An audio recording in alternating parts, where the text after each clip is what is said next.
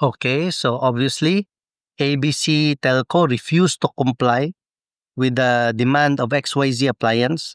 So XYZ Appliance filed a complaint for ejectment against ABC Telco.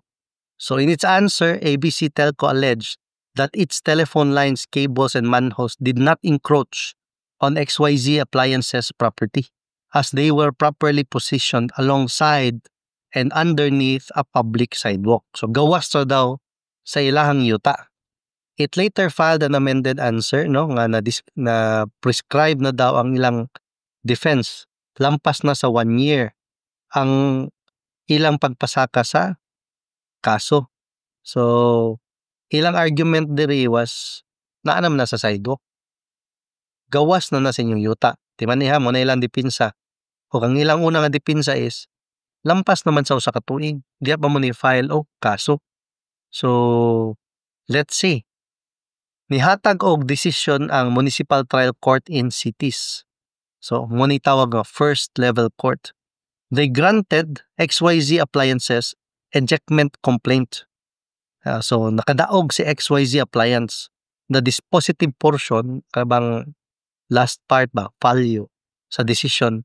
This complaint for ejectment is hereby granted. Defendants are ordered to comply with the demand of the plaintiff to either realign its transmission lines as to allow the plaintiff to be able to implement its planned construction works on its own land or to pay the rent to the plaintiffs at the rate of 15,000 pesos per month. Cause de officio, so ordered. After comparing the relocation plan submitted by ABC Telco with the geographical boundaries of XYZ Appliance, so na sila yung relocation survey, no? Gikumpara ilang relocation survey ng mga sketch plan. The Municipal Trial Court in Cities found that ABC Telco's telephone lines, cables, and manholes were located within XYZ Appliances property. So the Municipal Trial Court also ruled that the complaint for forcible entry was timely filed, relying on another Supreme Court decision of the case of Philippine Overseas Telecommunications versus Gutierrez.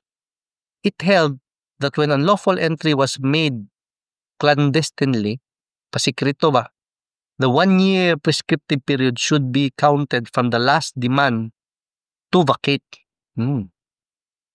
Juicy, no? The 1-year prescriptive period should be counted from the last demand to vacate. Remember, this is a forcible entry case, no?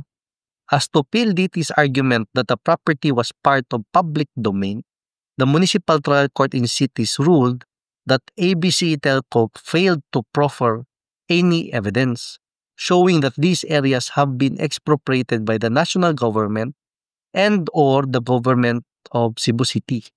As to PLDT's claim of eminent domain, it ruled that ABC Telco failed to show it properly exercised this right. Siyempre na may procedure to expropriate, no, to use the right of eminent domain. Na siya procedure, di po automatic, no?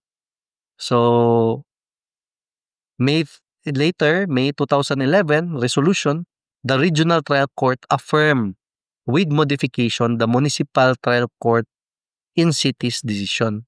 So first level court, daog si XYZ Appliance ni Saka to second level court, si Regional Trial Court, ni agree kang Municipal Trial Court. Si second level, ni agree kang first level. Pero si second level, nala siya giusab gamay, no? With modification. It affirm with modification. Sa makabasa mo na sa decision sa Supreme Court or any case, any court, affirm with modification, meaning, iyang gi-affirm pero na siya giusab. So, iyang giusab na ang decision sa first level court is upheld, no? Pero na siya giusab nga si defendant, appellant, kani si ABC Telco, gi-order sa to realign its transmission to allow the plaintiff appellate to implement its planned construction works on its own land. Pending the said realignment, the defendant appellant is ordered to pay the plaintiff appellee rent at the monthly rate of 15,000 pesos. So, si defendant appellant, siya may ipabayad sa costs of proceedings. So as with the lower court, the regional trial court also relied on Philippine Overseas Telecommunications and ruled that the 1-year prescriptive period within which to bring an action for forcible entry based on stealth should be counted from the demand to vacate. So if the action for forcible entry is based on stealth, it should be counted from the demand to vacate. Okay? So obviously, one is ang mohunong diri sa Regional Trial Court. Mosaka pa jud ni dito sa Court of Appeals. And that will be the topic of our next video.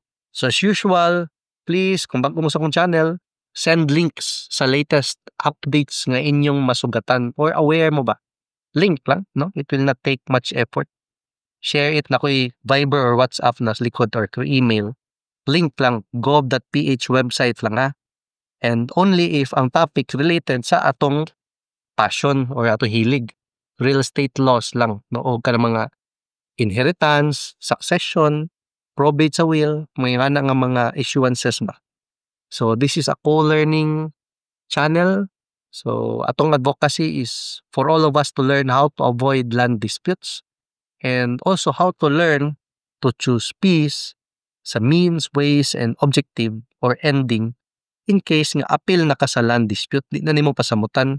So mo na to ang advocacy sa ani nga channel. So I will see you in the next video. We will talk about the decision of the Court of Appeals, no? Bahin aning kasuha. Kay gikan sa first level court, first level court, second level court, Court of Appeals. So nanata diya dapita before mo adto sa Supreme Court. Okay? So I'll see you sa next video.